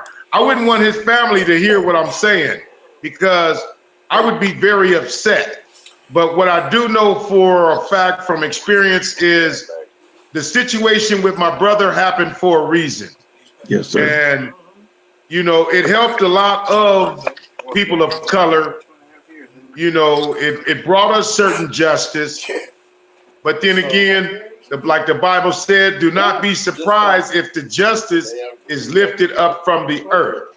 Because we're dealing with an invisible spirit. We're dealing with Satan, the devil, to be honest. You know, when y'all look at that man killing that man just recently, that was the devil. And he was trying to take the life out of something God created. And he did. And God allowed it. But because God allowed it, we have to respect that and continue to pursue these negative people on a very educated level. We have to start, like this coronavirus attacked the American economy. We have to do things in such a way to where they feel our presence, you know, and they're going to acknowledge what we're requesting. But if we go out there and retaliate, they retaliate, we lose lives, they lose lives. 9 times out of 10, you know, the situation ain't going to be good for either one of us. I don't want to lose none of y'all, man. Right. You know what I'm saying? But I mean, I know at some point we got to do what we got to do, you know. But for the most part, we're at a point now where we can actually try to get the world of powerful people to put the brakes on what they feel, what they think they want to do, and start targeting us in terms of giving us back our jobs, giving us back affordable, supportive housing, giving us back an opportunity to eat at a restaurant, to go to Magic Mountain, Disneyland, Knott's Berry Farm, all these places for $12, $11, $12, $13. You know what I'm saying? Instead of $25 and $50 and $100. Because what they did is raise the prices on a lot of things and made it even more difficult. And so we need to start attacking this economy, man, and funnel it back into the community of minorities and people of color. Yes, sir. I don't know what to say yet. I'm not saying don't be One angry. thing I can't appreciate about everything that has been going on, though, is the fact that we haven't been just attacking random white folk. I have to say that because I really do appreciate when I watch on the news, I see on the news, we ain't just attacking random white people. You know what I mean? Like it was a little bit in LA, but in Minneapolis, I haven't seen, and I ain't saying it's happening. If it has been happening, I haven't seen it on the news. But That's a good point, I've been seeing this white folks standing down there in solidarity saying, hey, man, we standing with our black brothers and sisters. Because I seen an interview on TV yesterday. I can tell them they was trying to coerce her to say something. This white woman. The white woman's business got destroyed, man. That white woman said, man, black people for the longest been asking for this. She said it. She said they've been asking for just equal justice. She said, so I understand their frustration and I understand their pain. Man, I felt so good because the woman could have been like, man, my life's work, everything I put into this business. But you know what she said? She said, black people been asking for this. She put it out there like we can't sit here and pretend, white America, that we're not seeing the injustice that's happening to these people. Jane asked the question. If you want to be treated like black people, stand up. Not one person in that room stood up. So it's no mystery that black people is getting mistreated in this country. And we can say we don't want to make it black and white, but that's exactly what it is. Yeah. It used to be a gray area, but this is a black and white thing. We're seeing us being mistreated. Man, come on, y'all. How many shootings have been? We ain't even talked about Brianna in Kentucky because what happened? My man Aubrey got shot. You see what I'm saying? And then Brianna, and then this happened. I think so much outrage has happened with this because it was really, like I keep on saying, right in our face. I was traumatized. And for that young lady, I'm sad and upset that people are attacking you online saying you should have did more. You know what? The fact that you recorded it, that was enough Yeah, that is because you didn't enough. have to do that. But people Right. are attacking. She's 17 years old and she's a minor. She every day of her life, I guarantee you, something's going to remind her of that situation. Just simple as walking down the street, closing her eyes, and this is what we talk about. We talk about trauma.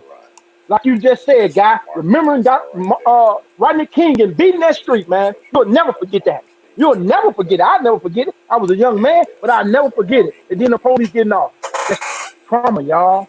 That's trauma, that shit that gets planted into our brain, to our psyche, we never forget about. And it comes back and it shows up in many different ways. And Brother King, I guarantee you, this brought back so many different memories that flooded your entire body, your mind, and everything. That's what trauma is.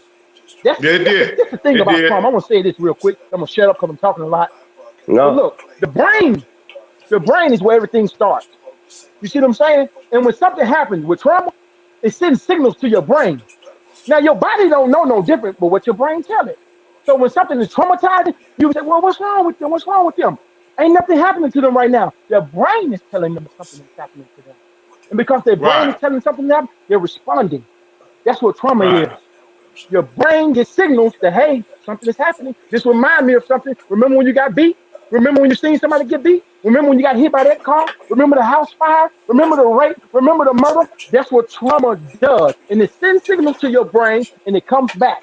I can't tell you what you felt like, Brother King, but I know when you seen that, something came back over your body and said, oh no, not again. Like you said, you was feeling good. You been living good where you at, brother. You was getting cohesive with your community. And here we go again. That's trauma, y'all. So every time we see this, signals get sent to our brain and tell us, man, it's happening again. Even if it ain't happening at the time, it's happening again. That's what trauma Yeah. does. Yeah. Yeah. That's how This powerful is the brain really. is, man. It stores things. And when triggers happen, that's what a trigger. It comes back, boom, we respond. You see what I'm saying? Yeah, That's because why I'm even sometimes we don't traumatized. even realize we was traumatized as kids. Certain situations, certain times of the year, we like, damn, what's wrong with me? What Yeah. happened? Then you remember, damn, this is the year my mom died. This is the That year part. that my brother got shot. This is the year that my brother got beat. That's what it Mm-hmm. sends back to your brain and it helps you understand. And your body feels it. And it's a book I read, I've been reading called The Body Keeps Count. But Hey, you anyway, know man, what? You know what? Let's do this to put this in context to even show y'all this. I don't even want to. I think it's necessary to put it in context. So we're gonna show you some footage of 1992. And we're gonna come back to that. We're gonna finish up that, and we're gonna go from there. So, start click me. We're gonna take a second. We're gonna see something. We'll be back, and we're gonna talk about that. Because Mike, I think you made a good point about it coming forefront in your head. So we'll see what that is. Go ahead, Brian.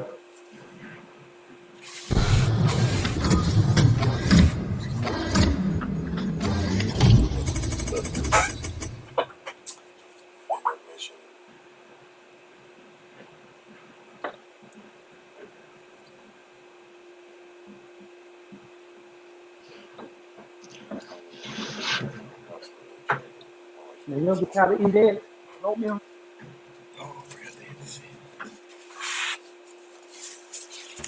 Channel 9 News. Channel 9 News on the motherfucking black neighborhoods talking shit, trying to make us look bad, but they ain't doing nothing.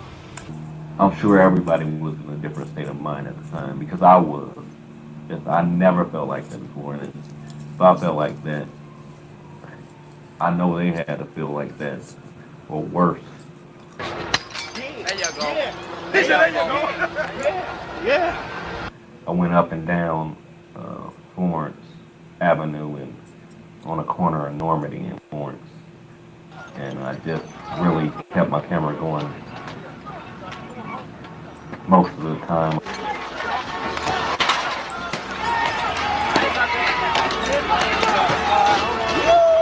Yes.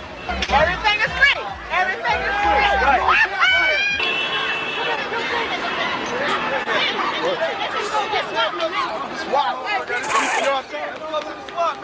I seen a man beat to the ground basically, and I walked up on that and he had a big hole in his head from a speaker being thrown at him or something.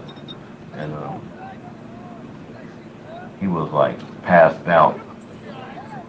And some people around him, they started spray painting him black and saying, you know, you're black now, you're black now.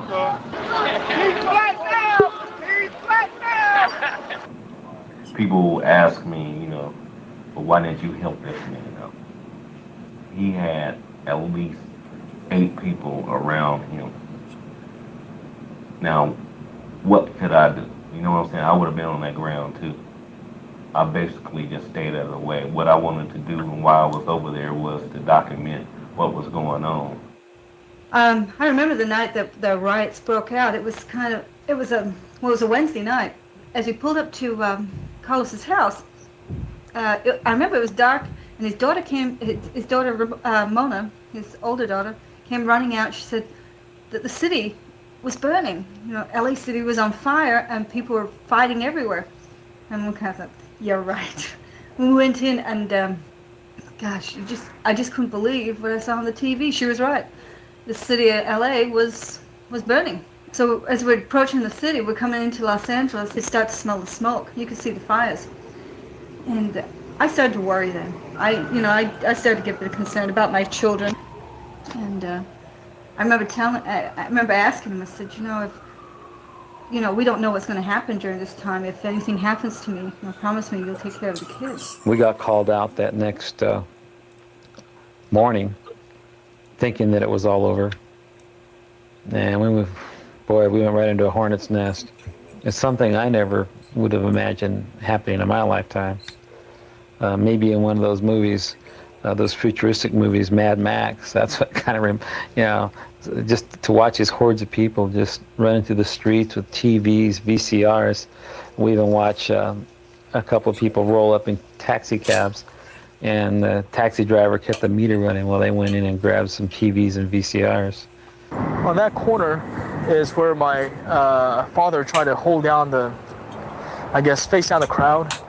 And at that corner, also my mother was shot as they were trying to leave the location. We were under gunfire when we arrived to the location. Our van sustained bullet holes, and people were throwing Molotov cocktails into the store. And at that point, we no longer felt that we can defend the place, so we tried to leave. And when we saw patrol cars outside, we thought this is our chance to leave, and we thought they were there to help us. But to our surprise, they proceeded to arrest us. I've never been in war, nor have I ever had people point their guns and shoot at me, nor have I had the opportunity to point the guns and shoot at other people. However, having been through that, I felt like I'd been through a war.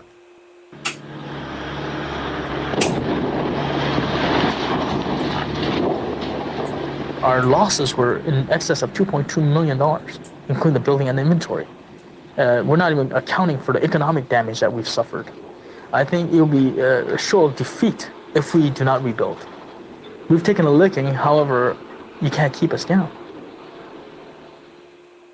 The next morning, we were packed and ready to leave, and I had a speaking engagement that I was speaking 1st of May at, and we had to fly over to Hawaii. We were in the car, and we were actually listening to the news and trying to figure how to drive to get to the airport, because the airport was getting ready to close down. And we could see barricades in the roads and streets as we were cutting across our way to try to find a way. My husband said we should try to make it if we could, because it was so chaotic. He was very scared for us. He thought that if we left, we would be safer, actually. He actually thought that. We got to the airport, and the airport was still open. Within about 2 hours when our plane left, the airport closed. We flew over, and in 5 hours, when we arrived, the first thing we did was obviously turn on the TV. And what happened to me was I was getting angry. I had no power. I was miles away. I was safe. I was trying to say to the television, why are you guys doing this? Why are you not giving people any power? Why are you why are you increasing the violence by what they were doing? And I realized the media was getting off on seeing people hurt. And that impacted on my decision to run for the mayor's race because I wanted to talk about women's and children's issues, and I wanted to be part of the process. Now, even if I wouldn't win, or couldn't get my voice out there, even if I'd be censored, even if I'd be blacklisted. I will tell the story of the day that Rodney King, the verdict came. I was at school, and everybody in the offices, we were leaving school, was like, did you hear, did you hear, did you hear? And everybody was saying what the verdict was, and at that point, nobody knew what the impact of it was going to be. And a lot of times last year or the previous years, I would make a decision about driving home. Oftentimes, usually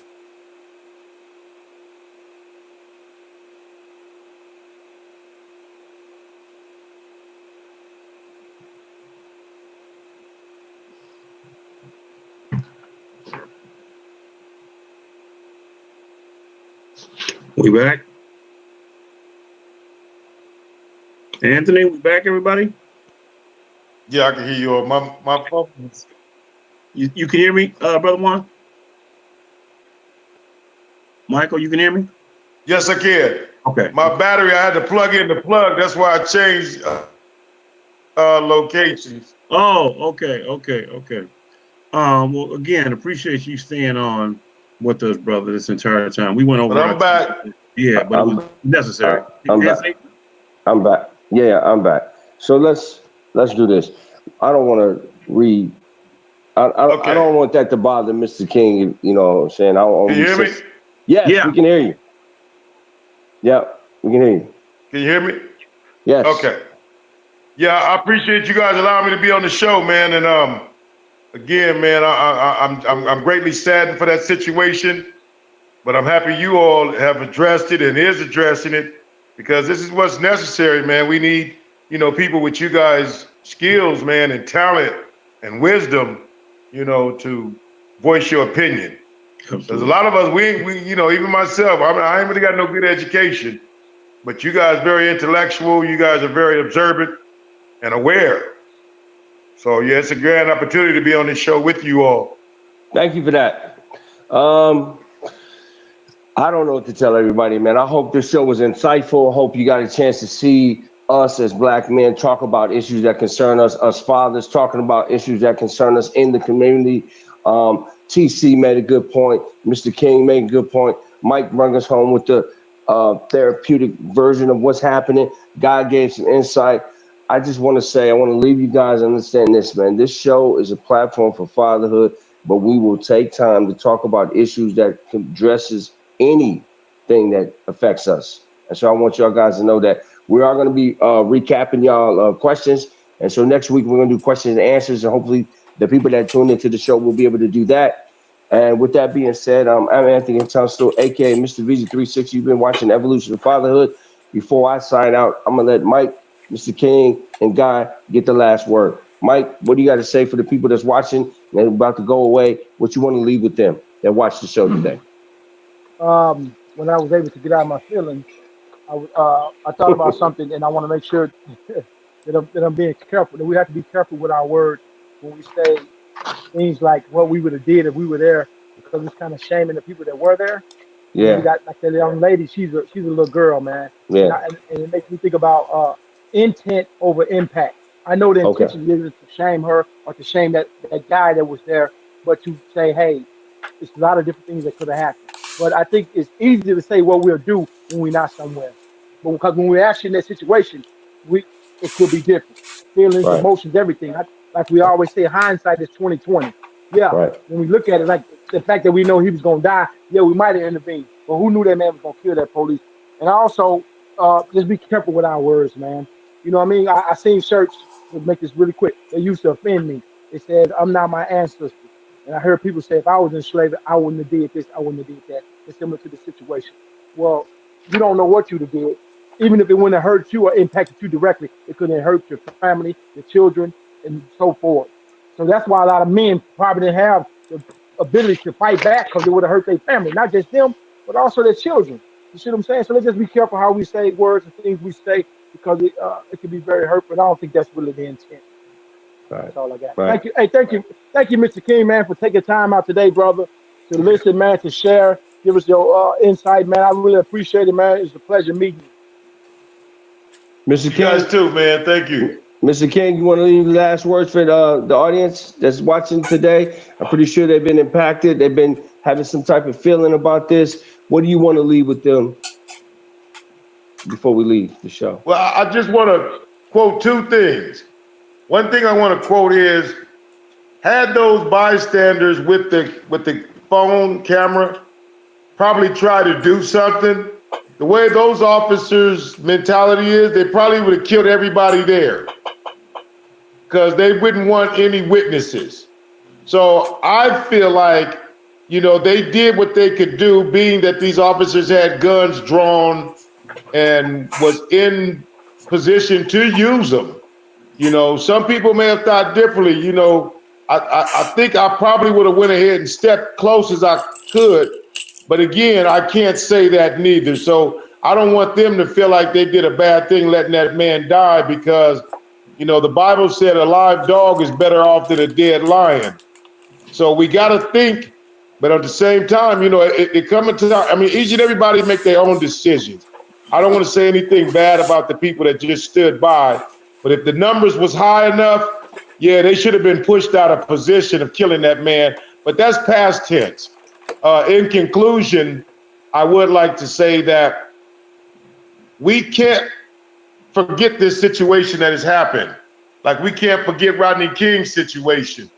We have to always use this in the forefront to address whatever may come up and where we want to go and what we want to do. But, again, we cannot forget and disregard what we saw. What we saw is what we saw. Thank you for that. Thank you. Guy?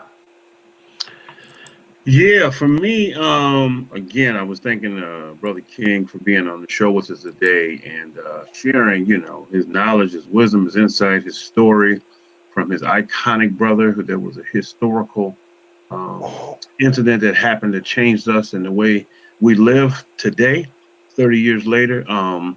Rodney King was a pivotal figure in our African-American history in this country as it relates to our relationship with law enforcement and all the progress that has been made since then. So having him on the show is incredible. So I can appreciate that. At the same time, and in the iconic words of your brother, Mr. King, can we get along? And I think with the folks who are out there supporting us, being alliances with us, I think that has shown what your brother has shown the world, that we can pull people together to support a cause that I didn't see 30 years ago. So I think that that's critical. And also, too, having him on in terms of you saying you're not educated, brother, you might not be formally educated, but you informally educated, brother. So you brought a lot of intelligence to the show, articulation with your words. And in addition to, I heard that you took care of our guy behind the scenes, Brother Brian, since he was 10 years old. He also said the incredible athlete. So you bring a lot of talent. Thank you, Brian. You know what? I'm gonna tell you, man.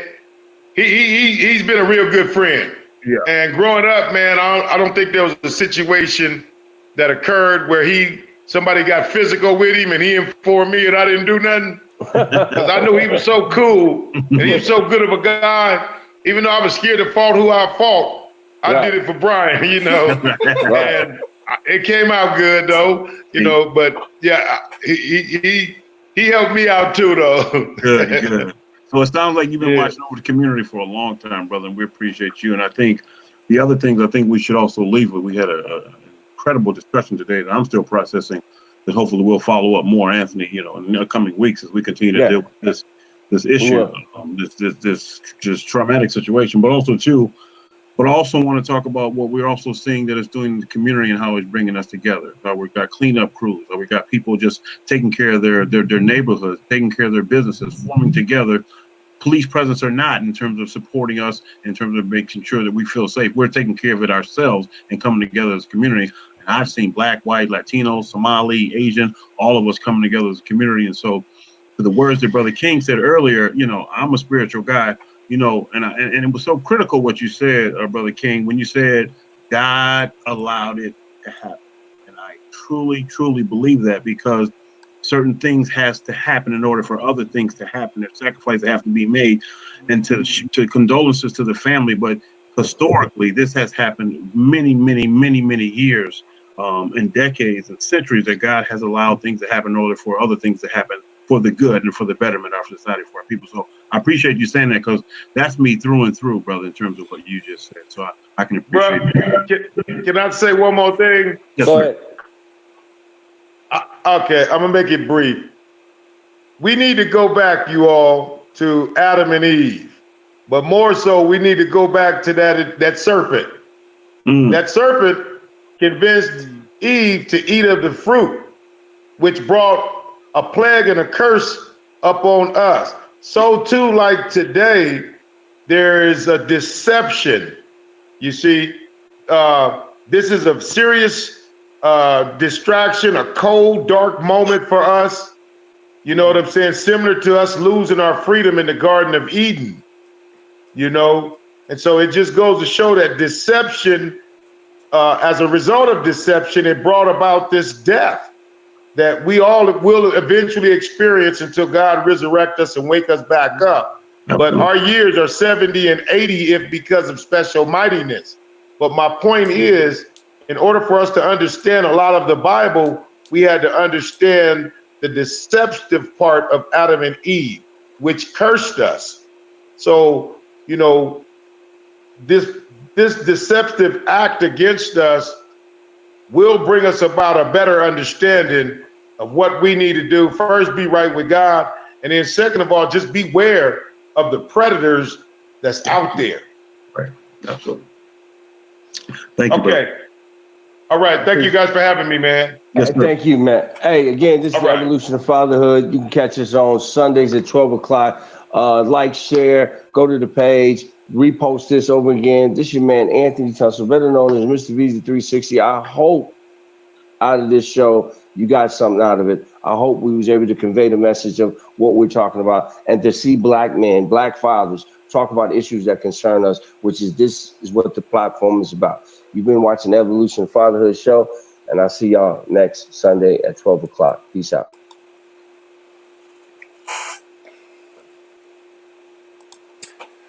So yeah, that was a recap from yesterday's interview with Juan King, Rodney King's brother, with the Evolution of Fatherhood show.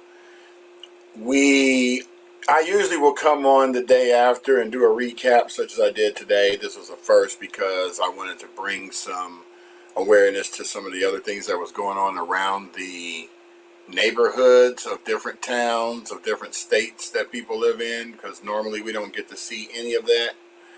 But with the power of the internet and the power of social media, people are getting instant information, so we get it right away. So I just want to close this out by saying thank you for, watching, paying attention to it. If I see more stuff, I'll put together more videos and put them out there, because I'm always combing the internet for new and updated stuff. But hey, this is what we do. Star Click Media. Welcome to the show. I'm Brian Bacchus, your host, and thank you very much for tuning in. And I'll pop in another time unexpectedly when you aren't paying attention. Peace.